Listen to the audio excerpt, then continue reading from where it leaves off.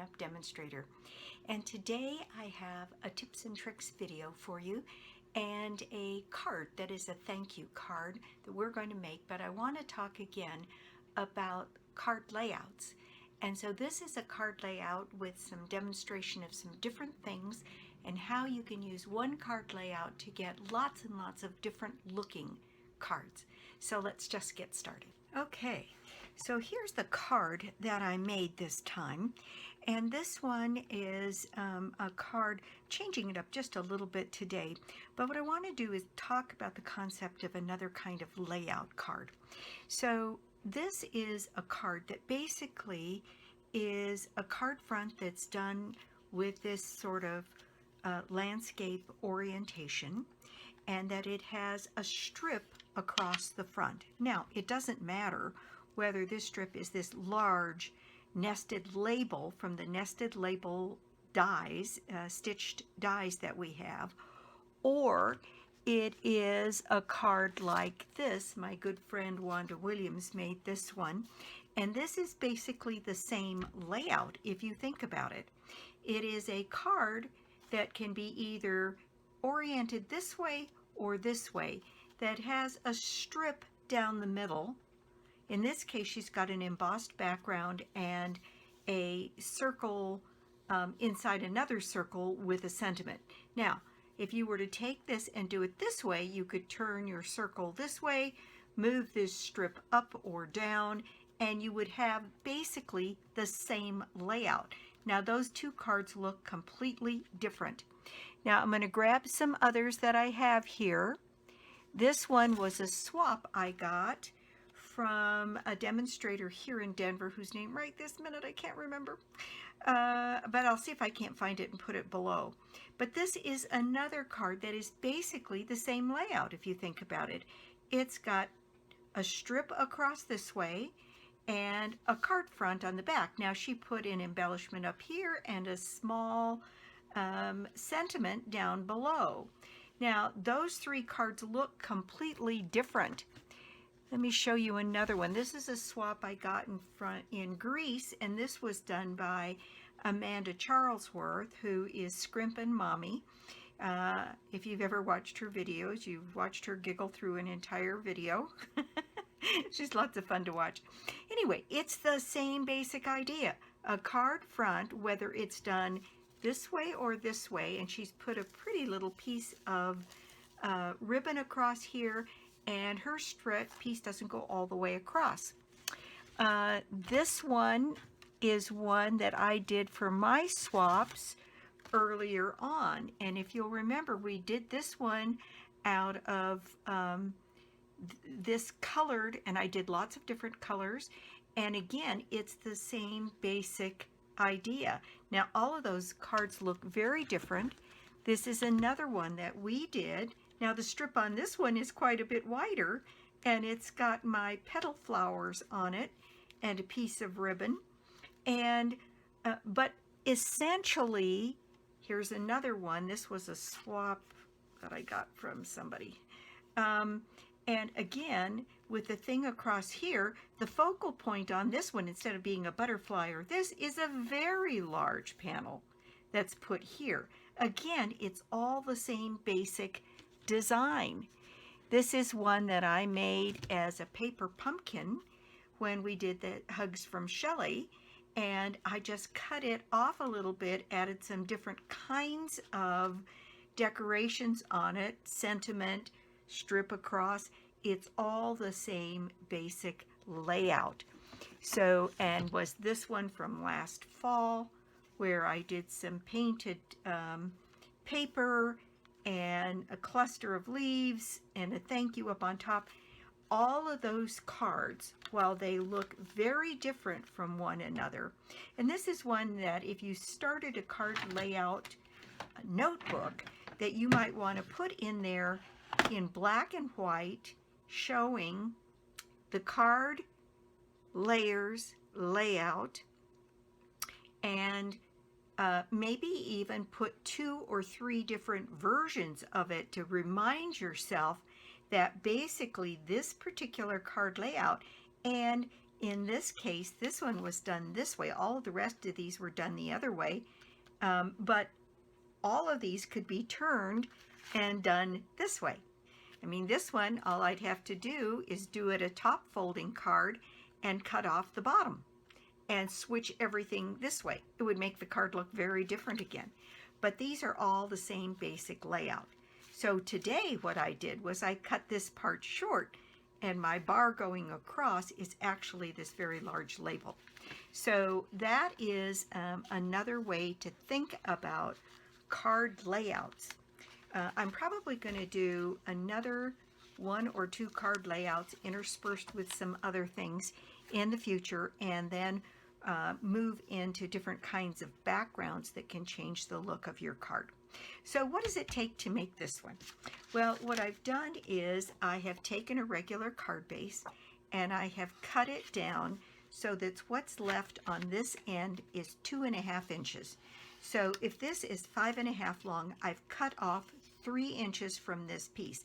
Now that leaves you with a fairly substantial piece, 3 by 4.25 here, to use as a focal point for another card. So it's not something that's a waste. You just save that piece for use for another time. Now I want to use a bone folder here, and because I want this to be fairly well closed down, so I'll do that. There we go. And then what else does it take? It takes 3 of the largest of the nested label dies, stitched, what's it called exactly here? It's called stitched nested label dies, and I used the largest one here, and I cut 3 of them, and I'll show you why I did that. But you put this on and you get this beautiful piece. Now what you get also, if you're careful with what you cut it out, if you cut something like this, you end up with a piece that's stitched around the outside, and you could put something as a focal on the inside of that. So depending on how you cut it, you could get 2 or 3 different cards. So I cut 3 of these, and then I cut a piece to go on the inside here that is 4 1/8 by 5 3/8, and you'll see this one I ran through my leaves, dynamic layered leaves embossing folder. This one needs to be washed and ironed. But I decided that I was a little put off by how plain this background is, so I decided to go ahead and emboss this one. Then I have a piece of designer series paper from the Bird Ballad, and it is this little piece of, you know, depending on how you look at this, looks like little birds' feet tracks. Kind of looks like airplanes too. But I cut a piece to go on here that leaves a little bit of a margin all the way around. And I'm looking at it, and I did not cut it unless I've got another piece here. Looks like no. I think I need to recut this piece because I need it to be 4 1/8 by 2 3/8. Let me get my trimmer out here. I think I cut that one a little bit shorter. So I know I need that to be 4 1/8 to match the one that's there, and that's 4 1/8. So then I need to cut this one. If that's 2 1/2, I need to cut it to 2 3/8 here. And now this piece should have the same margin around it. There we go. That this one does. So there we go. And then I have used my stamp set, Free as a Bird, and I stamped this piece on 2 of these labels. And I went ahead and colored one in, because on this one what you'll see is I put these labels back to back, so you have plenty of decoration on the inside, and you don't see the blender pen leak through that you get when you use the blender pens. You see on the back of these those blender pans leach through your top layer. So I wanted those put back to back, and I left part of it uncolored so I could show you exactly what I did to color this. And then I hid a third one right behind this one as the place to put your sentiment. And I put a little thank you on there, and that thank you comes from this stamp set.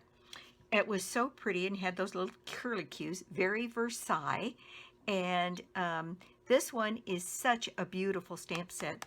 This is one of the next ones I'm going to use. I've seen some absolutely stunning things done. We made one in a make and take at one of my demo meetings.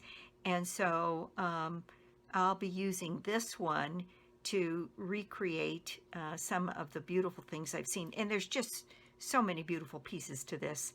I love things with scripts anyway. So this is the thank you I used from Very Versailles. All right, so let me show you what exactly I did for the coloring. So I used the dark and the light Daffodil Delight, and this card uses Daffodil Delight. It coordinates with that, and this is a piece of Daffodil Delight paper. And so I've used the dark and the light Daffodil Delight, the dark and the light Crumb Cake. I used the dark and the light Old Olive. I used the dark Pumpkin Pie, and I used the light Flirty Flamingo. So let's just show you here what I did. I went around the bird. If you see the way this bird stamps here, there's these little dark hash marks, and that's places that they put shading. So I just went ahead and used my dark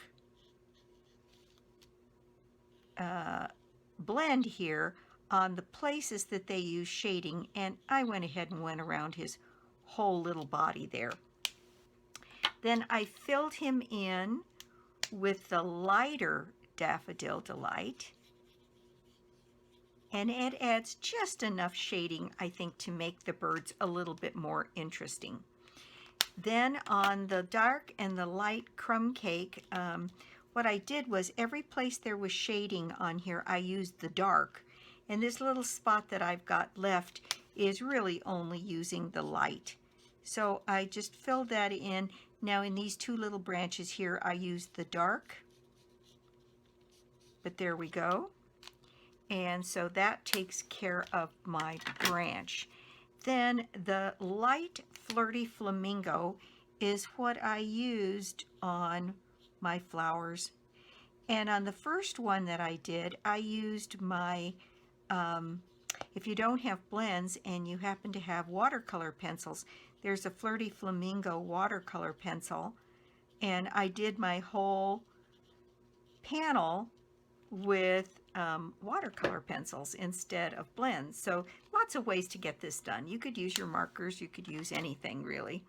Now on these, Pumpkin Pie was used just to add a little orange beak to my bird. And then I used the dark and light Old Olive, and what I did on the dark was to go around the outside of the leaves here and add just a few little hash marks on the interior with the dark. And there we go. Add just a couple and basically outlining those leaves. And then I used the light to go on the interior of the leaves here and just fill those in, so you get two tones on your leaves, which I think makes the whole thing look a little bit more interesting. And that's really all there is to that. It was very quick. I was surprised, frankly.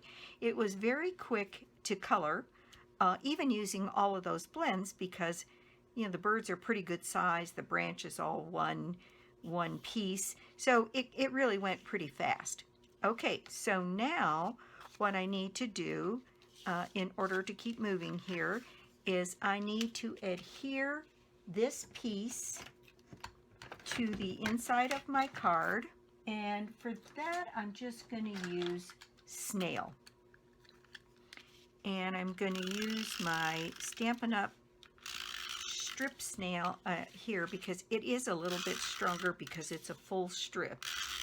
And because it's embossed, I'm adding quite a bit of snail. And then I'm going to put this in place here, giving a similar border all the way around my card. And there we go. I just love this embossing folder. And then same thing, I should be using my silicone mat here. It's so hard on this beautiful designer series paper to use the back side sometimes just because the other side is so pretty. But this is what I need for this card. So I'm going to set this on here again with a similar border all the way around and put that in place. There we go. All right. Then this is the one you have to get down first. And so what I'm doing is deciding where I need to put this. It looks like it needs to come in about 1/2 inch from this side. And I want to get that straight. So I will probably use my T-ruler here to make sure I've got that on my card straight. And if I put that along the upper end, then that looks to be about right.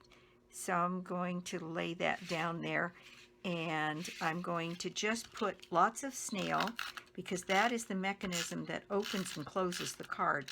So I want this to be really glued down well. So, and I'm being careful not to put glue beyond the point here where this is going to go. Now if I get my ruler straight there, then I know that if I put my piece right about here, and that looks pretty straight to me, and get that put in place, and I didn't go over on my glue, then I'm going to take this piece and I'm going to add lots of glue again to this piece. And I am going to set this so that I can make sure that these two pieces are just right on top of one another, and go ahead and glue that into place. There we go. So now that is perfectly the same on both sides. And then this piece has to have lots of glue because this is embossed. So lots of snail for this card. So I'm going to add, again, quite a bit of snail on the back side of this. And what I did was I put this piece just like I did on the bottom piece, and lined it up here until I was sure that that was exactly covering the bottom piece, just like that. And then I just closed this piece on it to pick that piece up. And there we go. So now I'm absolutely assured that those pieces are all, this ended up being put just slightly lower on the card, but it is perfectly straight, so that's fine as far as I'm concerned. Now, what I did for extra embellishments on this card was I used some of the sequins from our Iridescent sequin mix, and I did use just the what almost looks like bright orange in the sequin mix here, but it's the perfect color to sort of match that yellow a bit. So I'm going to, let's see, grab my glue dots here. This is my new favorite way to put these things on, and that is to grab one of those large sequins, there's one, and put it directly on the glue dot, and then pick up that whole glue dot and put it into place. And I think that is just great. Okay, so let's see here. I see another one over here. I'm going to have to throw another container of this iridescent into this container so I have plenty of the colors that I want. I go through and it seems like I pick out colors and then suddenly I'm short. So I need to go ahead and I just keep working out of one and just add more packages of the sequins to this one container. There we go. Now those are really stuck on there well. And you may have to just tuck part of that glue dot because sometimes they stretch a little bit. Okay, there's one. So pick that up, put it right centered on that glue dot. Pick up the whole thing and put it into place, tucking any part of the glue dot that ends up sticking out underneath the glue dot here.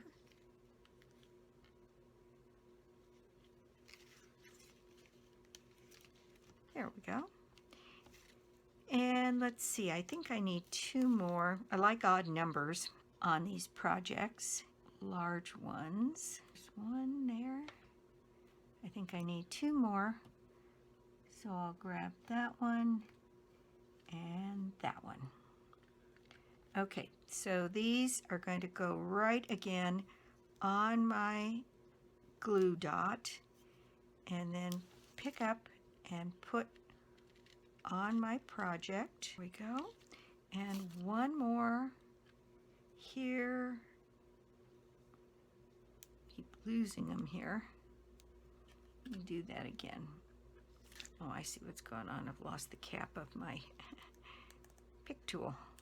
There we go. All right, so now I'll put that again right on the top of my glue dot here and pick up the whole thing, and I'm going to put this one into place, well, maybe right up here on this one. Right up there, tucking any of that glue dot underneath that might be showing. And there we go. That is the project for today. And you can see that these cards are often pretty simple. And this is, I would consider this part of that same layout because it really is just a card front with a strip going along the middle where you're going to put most of your focal point. Now on the inside of this, what I have done is I put my little thank you mounted here. Isn't that cute with the little curly cues? And I used my Momento Tuxedo black ink and I inked that up and stuck that right here in this corner at an angle. There we go, a nice thank you. And I'm going to leave that open for a second. I can see that that's not dry. It's pretty shiny. It won't take much to dry. The ink dries really pretty fast, but in the meanwhile, I can maybe pick up a few things here and move them out of the way. And that is the tips and tricks for today. Take another look at layout cards, and we end up with this very pretty thank you card that is done with the Bird Ballad Suite Free as a Bird stamp set, and that is our project for the day. Thank you so much for stopping by my YouTube channel today. I do so appreciate it. And if you don't already have a Stampin' Up! Demonstrator, I'd love to be your demonstrator. Or you could join my team. Today is the last day of the join offer. $165 for $99, $155 when you purchase your starter kit. And then you get a coupon for next month in September towards your first order for another $10. So again, that's it for me. My prize draw for the month of August is your choice of a bundle out of the holiday catalog. And all you have to do to get in my drawing is place an order on my website, any size, www.lbedinger.stampinup.net, or you can get to it through my blog, www.inkandingenuity.com. And with some exciting stuff happening in September, we're going to get a designer series paper sale. Do you remember in years past how we've gotten them where you buy 3 and you get, oops, that's really tilted.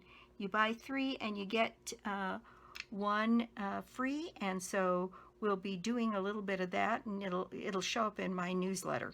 So thanks again for stopping by, and I'll be back soon with more tips, more cards, and more projects. Bye.